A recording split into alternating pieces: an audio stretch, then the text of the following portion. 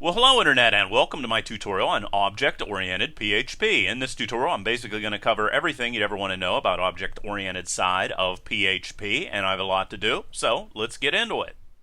Okay, so what I'm going to be using in this tutorial is Komodo. You can use a basic text editor, but I just decided to use this because it's free and just to give you another idea what you can develop PHP with. And you can find it at komodoide.com, download / edit. And I also have it in the description. Now, before we start, I thought I would very quickly cover exactly, or at least roughly, what object-oriented programming means. Now, if we have a basic class man, what that's going to mean is all men have attributes. Like the man you'd see here, he might have black hair, his name might be Bob. He might have an array of ties, shirts, pants, and shoes. And we also all have abilities or functions or operations that we can perform, like every man can talk, walk, run, throw, eat, and work. Now, object-oriented programming allows us to model real-world objects inside of things called classes. They are the blueprints for creating objects. And inside of those classes, we're going to define the attributes and the functions or methods that those objects can do. And that is the basics of what it means to be a class and what a class does and what an object is. We model real-world objects in object-oriented programming. That's why it's so awesome. So what is inheritance? Well, let's say we have an object that is called man, and we want to create a more specific version of a man called Mark. Well, what we're going to do is Mark is going to inherit all the attributes and functions that are in the man class. And then we can build or change those attributes and functions in the Mark class.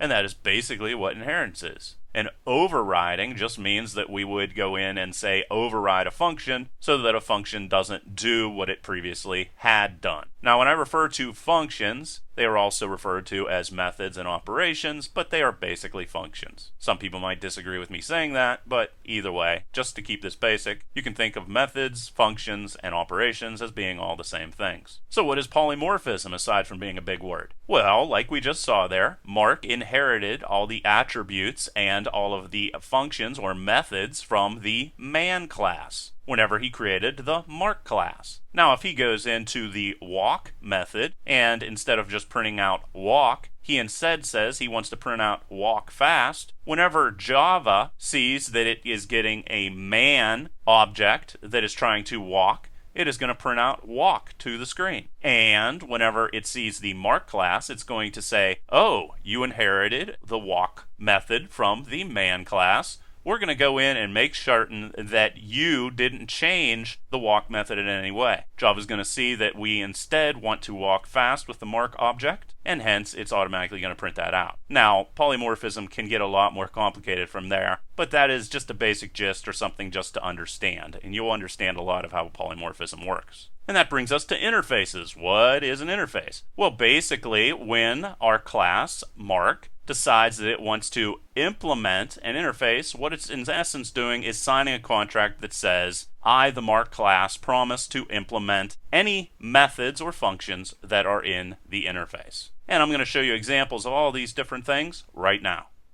Okay, so this time I have Komodo on the left and I have Google Chrome on the right, and I have my server set up in localhost, and I'm just going to execute things. First thing I'm going to do is come in and create a class. Well, all you do is type in class, and in this situation I'm going to type animal, and that is going to be it. I'm going to make some changes to it later, of course. And then inside of this, what I'm going to do is I'm going to define the attributes that I want my animal to have. Well, the very first thing I'm going to do is I'm going to type protected in here, and there are different ways to categorize both methods as well as attributes. You can have protected, you can have public, and you can have private. Now, private means that only methods or functions in the class can access and change this data. Public means that any code can directly access and change the values for these attributes. And protected is just like private, meaning that only methods in the class can access and change this data. However, when we create a subclass, like we did Mark from the man,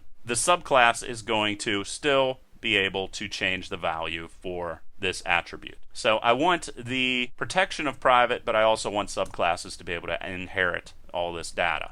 So if it was private, couldn't do that. Just stick around here, you'll get it. So I'm going to create a couple protected attributes. And let's say that all our animals are going to have names. And all I'm doing here is defining the attributes we have. And let's also say that each of these animals is going to have a favorite food. Not favorite name, favorite food. Protected again. They're all going to make a specific sound. And they are all going to have a specific ID number. This brings us on to the next thing I want to talk about, which are static attributes. And this time I'm going to make this public so anybody can access this. And let's say that every time I create a new animal object, I want to automatically increment the number of animals. It's going to start off at 0 because we haven't made any animals yet. And what static ultimately means is that every object of the type animal that is ever created, they are all going to share number of animals. So if this number goes up to 1, it's going to go up to 1 for every other animal object that is created. And if you ever want to access a static value and make a change to it, I'm going to show you how to do this later. You're just going to type in the class name with 2 colons and then number of animals. And then you could go and add 1 to this or do whatever. I'm going to actually show you this in an example in a second. Another thing we can have inside of here are constants. And there's a constant. And let's just say I want to put pi in here for some bizarro reason. So I'm just going to put in 3.14159, and there we go. And a constant just means that it's going to be constant and it's never going to change its value. If you want to refer to that, once again, you're going to type in the animal class name or the class name, 2 colons, and then pi in this situation. That's going to get you access to that. And once again, I'm going to show you that in a second. Now, you're going to define functions inside of classes, just like you define functions in anything. So let's say I want to create a function that is going to return the name. This is a situation in which we have something called encapsulation. Not that complicated. Remember when we talked about private and protected and public? Well, by marking these as protected or private, we are encapsulating or protecting that data. We are saying that we don't want anybody to come in here and willy-nilly be able to change the data. What we're going to say instead is if they want to get the name for my animal, they're going to have to call the getName function. And when they do, we're going to return it. And we encapsulate or protect data so that they can not go in there and do things like change the name of my animal to a number or something nonsensical. Okay? It's just to protect the data. And as you can see right here, if we want to refer to an attribute inside of a class, what we do is we type in this, meaning this specific object, and we want the name that is stored for that specific object. This is basically used as a generic way to say that we want the name for whatever the current object we are using, because it's not going to be able to address the object by name, so we just use this. Now, another function that is very useful is called a constructor. And to create that, we just type in construct with 2 underscores in front of it. And then what this guy's going to do is initialize things or set some values whenever we create every animal. Well, what do you think would be a good value to change? Well, we're going to need an ID for our animal that's going to be random and unique, and we're going to have to increment the number of animals when we create a new animal object. So if we want to create ourselves a new ID, we want to refer to our ID for our animal object that we created. We just go this again with that little arrow, and then we go rand, and then if we want to generate a random number, let's say between 100 and 1 million, we would just do that. And there we go. So now each animal that we create is going to sort of have a random number. And let's say that we want to echo out to the screen the ID, this, like that, ID, and then we'll put some text in here. Has been assigned, and then we'll throw a break statement in there at the end, with a semicolon, of course. And now I'm going to show you how to access the static attribute that I talked about before. We're just going to type in animal, 2 colons, and then we're going to type in number of animals, and we are going to increment it because we created a new animal object. Another thing we have available to us is what's called a destructor. And let's just put public in front of that, and 2 underscores,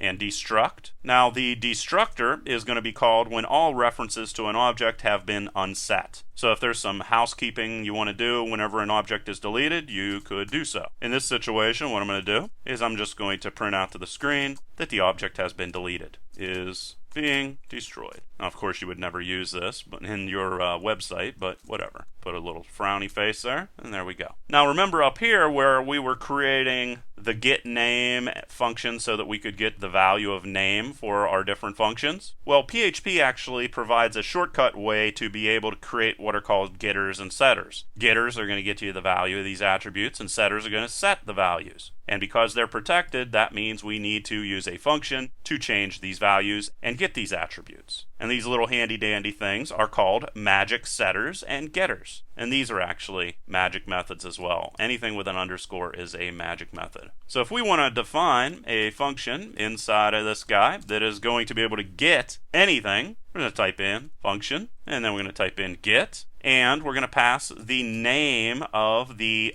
attribute that we want to get to this function whenever it's called. And if we want to print something out to the screen just to show that something's going on here, we could do something like asked for name, which is going to be the attribute they're asking for, and a break statement again. And then if we want to return it, the attribute, we can just come in here and go this, and the name that was passed inside of here. So we're going to have to put a $sign and name, because it would get confused otherwise. It would think this was the name we're looking for. This is going to return whatever attribute is passed in here. And I'm going to show you examples of all these here in a second. Now, if we want to set the value, this time I'm going to do something a little bit more complicated, just to do something a little bit more complicated. I'm going to check that the attribute that they sent in here was actually a valid attribute. Now with this, you're going to pass in the attribute name and the new value that you want to set for said attribute. And let's say I want to check that the name they passed in is actually a valid attribute. One thing I could do is use a switch statement here, and then I can come in here and go case. And I'm just, like I said, I'm just doing this to show you how to do it. And then we could come in here and say if it's name, well, we know name exists, so set name to whatever the value is. And then we can do pretty much the same thing. Well, we're going to throw in a break statement also. There we go. And we could do the same thing with favorite food. Do the same thing with sound. Let's just set the sound for my animal. And then finally, if it's none of those attributes, what I'm going to say is I'm just going to echo out to the screen, name not found. And then after all that's done, I get out of my switch statement. I could come down here and just to print something out on the screen, I could print out set name to value. So there that is. And that is how the little magic methods for setting and getting are used. And like I said before, inheritance occurs whenever you create a new class by extending another one. And like I said, we're going to inherit all the attributes and methods that are defined in the superclass. Animal in this situation is a superclass inside of the subclass. So what we're going to do is we're going to create a new class, and it's going to be called dog. And if we want to inherit everything from animal, we're going to type in extends and then animal. And later on I'll cover interfaces. Now let's jump up here and let's create a function that we are just going to override. So we'll create a function called run inside of our animal class. We're in the animal class right now. And let's say this one goes echo this name runs. We'll throw a break statement in there. And then we'll actually just copy this because we're going to override it. And as you can tell, I don't need to put the attributes inside a dog that are in animal. They're automatically there. So name is already inside of this. And let's say that our dogs run like crazy.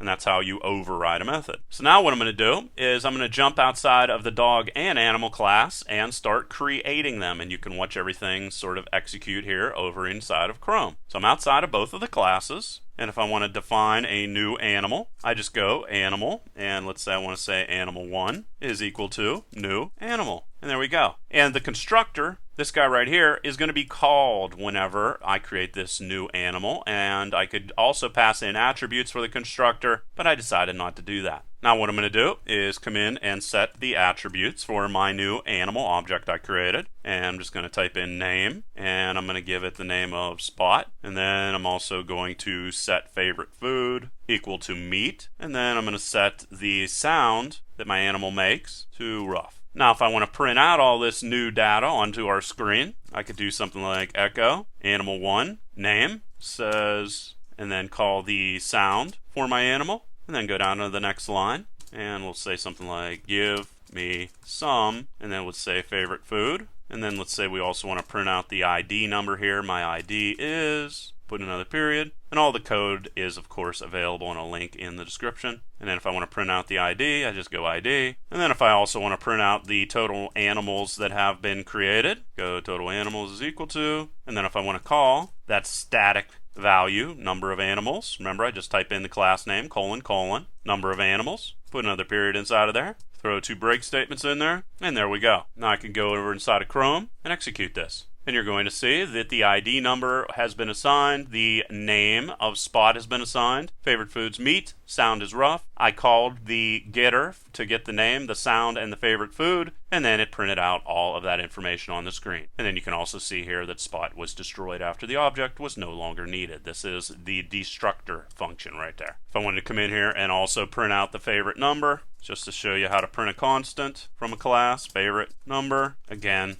just type in the class name and pi, and we'll throw in a break statement. And there you can see favorite number printed out as well. Now I'm going to do exactly the same thing, except I'm going to use the dog class. So I'm going to come in here and just copy all this, because there's not much I need to change. Paste that in there, and I'm going to change this to animal2, and it's going to be of type dog. Change that to 2, change that to 2, change that to 2, 2, 2, 2, 2, and I can change this to dog, and it's still going to be able to get it. And then I'm just going to come in here and change the attributes. I'm going to change this to Grover. I'm going to change this to mushrooms, just to be weird. And I'm going to change this to Gur. Save it, come over here, execute, and there you can see we created a new ID number. The name is set to Grover. All those things are working. Grover says, Gur, give me some mushrooms. My ID is blah, blah, blah, blah, blah. One thing you might find weird here, though, is animals shows up as 2. There are still 2 animals created, and even though we're referring to a dog in this situation, it is still going to increment the numbers because it ultimately calls the constructor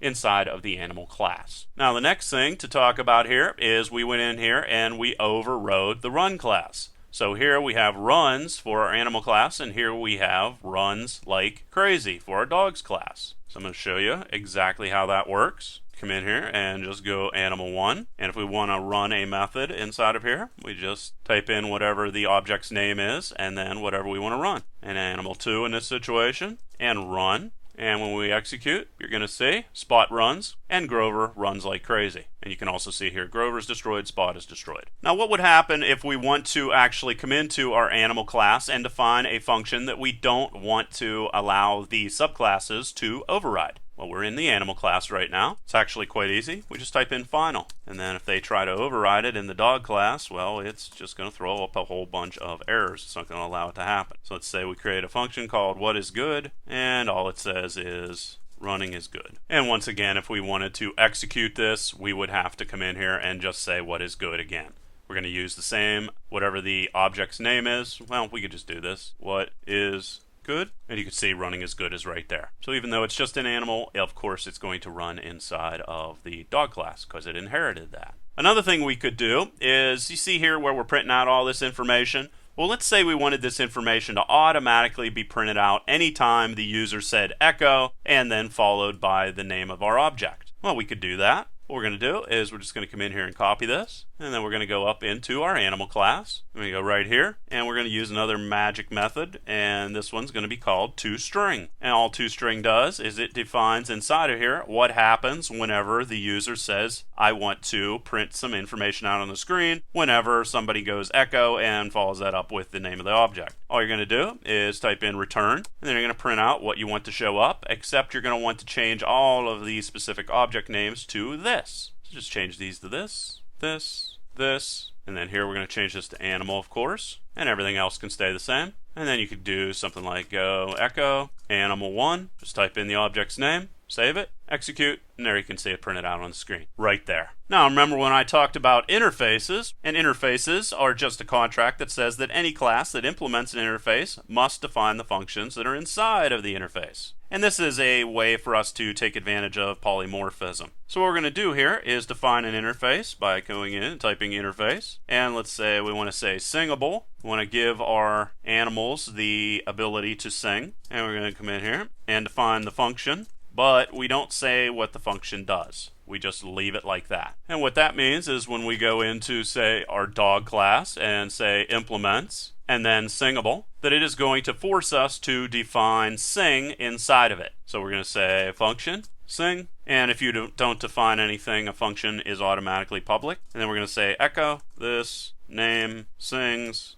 and then we'll do something like gur, gur, gur, gur. Semicolon at the end, and then we're going to do exactly the same thing with our animal class. So come up here, and the great thing about using interfaces is you can only ever extend one object, but you can implement a never-ending array of interfaces. So that's why they are very useful. So singable, it's going to say we have to create the sing class inside of here, or the sing method. And there we go, and there we are. And then we'll just bow, wow, wow. And then if we come down here and go animal1 or animal2 or whatever and call sing, it is going to print that out on our screen. So there's an example of using an interface. Another example of polymorphism is here, where we're going to be able to define functions that are going to be able to accept classes that extend a specific class or a specific interface. Here's polymorphism in action again. So this is outside of any of the classes. We're going to come in here and we're going to type in function, and then we could say something like make them sing.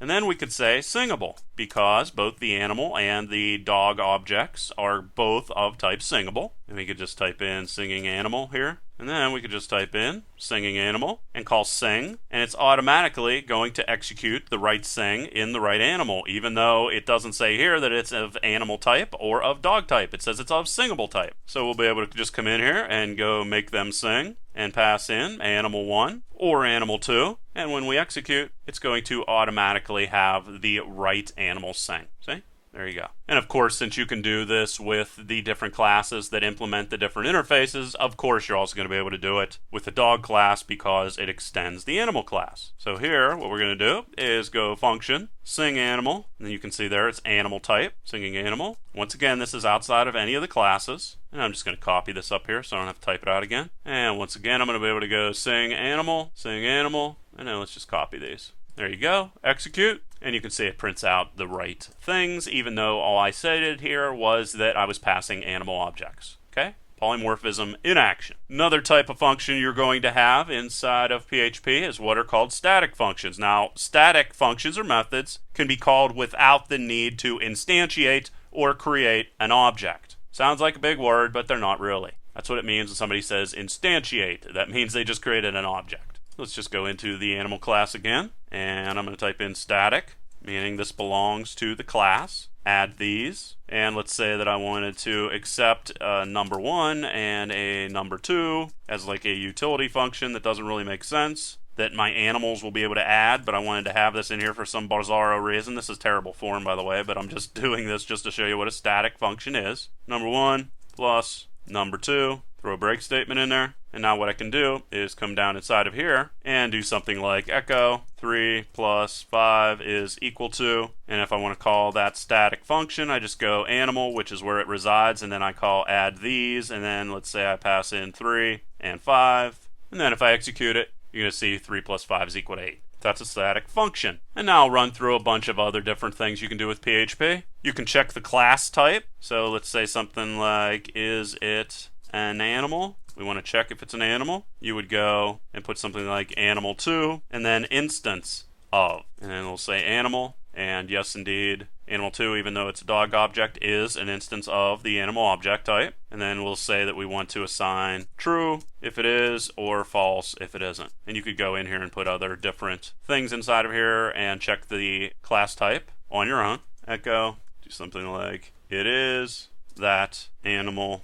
I'm using single quotes here so I can actually type in animal2 in this situation with the $, is an animal. Break statement. It is true that animal2 is an animal. See it, print it right there. Another thing we could do is clone, which is make a clone of an object. And you could actually, inside of your class, define the things that you want to be copied over to any clones, and you would just create a function inside of it with the magic 2 underscores with clone after it, and then that would be called anytime something was cloned. But just to keep this nice and short, I'm just going to show you how to create a clone. So let's go animal clone is equal to, and then you would just type clone, and then you'd go animal1. That would just create a copy of it. Another thing you can do is define what are called abstract classes and also abstract methods. Now, an abstract class cannot be instantiated. It cannot have an object be created of type whatever the abstract class is. But instead, it forces classes that implement it to override every abstract method that exists inside of it. You want to create an abstract class, you just type in abstract class and then whatever you want it to be called. And then inside of it, you're going to define all of the different methods or functions that must be used by any class that implements this abstract class. So it's just random function, and it could have an attribute in it, or it could have whatever. So there's an abstract class. And then you could also use something that I almost never use, which is call inside of a class. And if it is defined inside of a class, what this is going to do is provide method overloading, but since PHP isn't strongly typed, there's really no reason to use it. Now, I just wanted to briefly give you an idea. I mean, I covered pretty much everything, but I wanted to give you an idea of how this is used. And how this is used in things like, well, I'm going to show you this. This is very simple. Let's say I wanted to create a way to very quickly be able to, or very easily be able to define the title, description, keywords, and author for my website, and also provide ways to get those titles, and also provide ways to create the opening part of my HTML document. And like I said, I'm dumbing this down a lot. Okay, so I would go in and define all these functions and all this information. I then, inside of my website, could just do this. I would say require, and siteinfo.inc is the name of this file right here. I could just come in here and very quickly whip out a site. Okay, now things normally aren't done that way because you're normally pulling data from databases and setting things up right. So what I decided to do is go into WordPress. And I did a ton of tutorials, and this is how WordPress and every customer management system works. This is it. So you can see here I'm including data that I want to use or functions I want to execute. And you can see right here I have things like get header. This is WordPress. And this is automatically going to pull that information from this file. And you can see right here that this is going to call a function, and it's going to do all kinds of customized things using PHP right inside of your web page. Okay, so that is just a rundown of object-oriented programming in general. I covered this stuff in my WordPress tutorials like crazy. So if you want to see more examples of how all this is set up, I have WordPress tutorials that cover it in extreme detail. I have about 80 videos. So all of the code is available in the description. Please leave your questions and comments below. Otherwise, till next time.